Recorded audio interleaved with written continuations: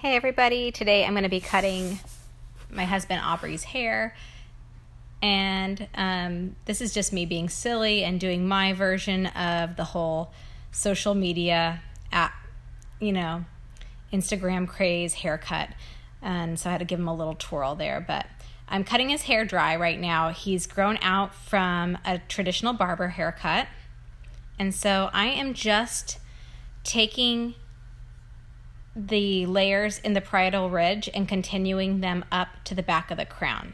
So I'm deep point cutting, pivoting off the back at first just to remove length, and then once I drop out the sections, I'll go back in and cut it even shorter right at the cowlick.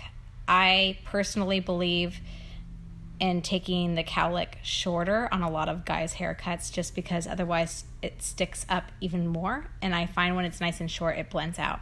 So now on the sides I am taking horizontal sections, but I'm over directing them back, and again deep point cuts connecting the layers that I just took down in the back to the length in the front. I'm going to do the same thing on the other side, just over directing back, and that way I have a little extra length going on in the front. So taking it nice and short and leaving the length in the front. So once I get this all taken down on either side, I'm going to create a new guide in the center, and I'm going to take it short to long on the top of the head. So leaving length again in the very front, but connecting it to the length that I layered in that back of the crown.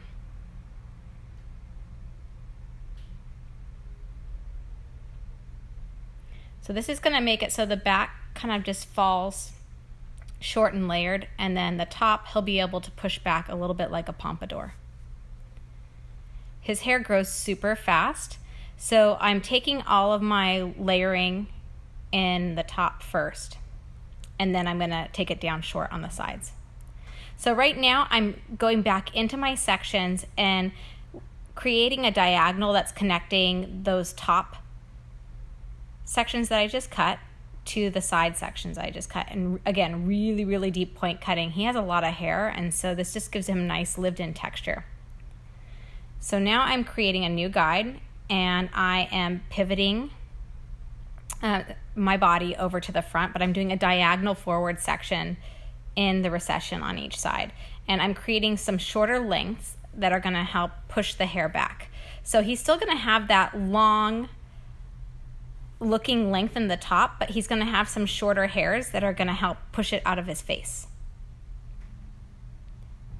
So now that I've cut the whole top, I am using my minimal clipper skill to just carve out the sides. And I started with a 3, and then I'm gonna work myself down to pretty much no guard. And then I do not consider myself to in any way, shape, or form have barbering skill. I just know what I like, and I've worked with a lot of barbers, and I've just watched them over time to kind of like be self-taught, I guess. So I used to work with some really great hairdressers, and I love watching other people cut hair, and I just kind of gleam off of them.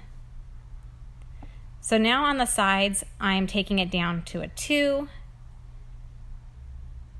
and it's very visual for me.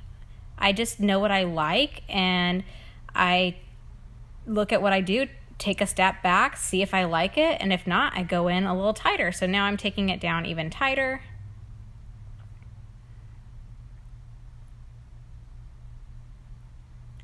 No guard, and then I will adjust my blades up so they take it even closer as I work down toward the nape of the neck.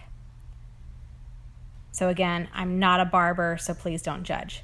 I do happen to love trimming beards though, so this is such an awesome way to enhance someone's face shape. I think the only thing I can really relate it to is when people do those makeup videos and they contour their makeup and they change someone's face shape. So I think you can definitely change a person's face shape with facial hair.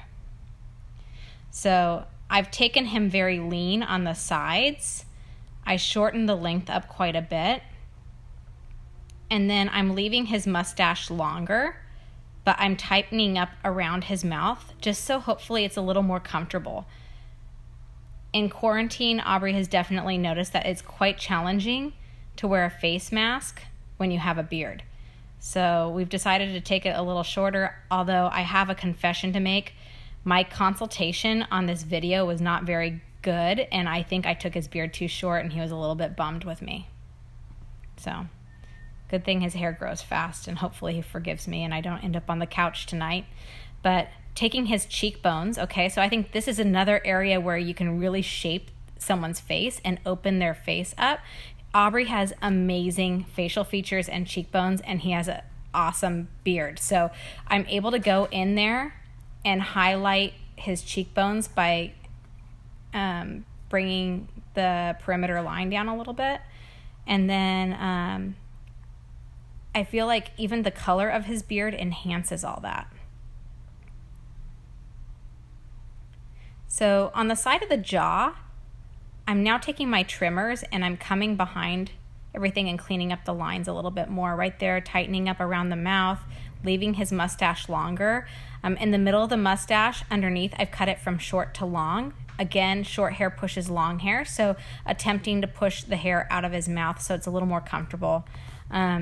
Beards in general, Aubrey has lost about 20 pounds, I think, since he's grown a beard, just because he literally is not able to eat certain foods in public. So I don't know if you guys know about the beard weight loss plan, but it's a real thing.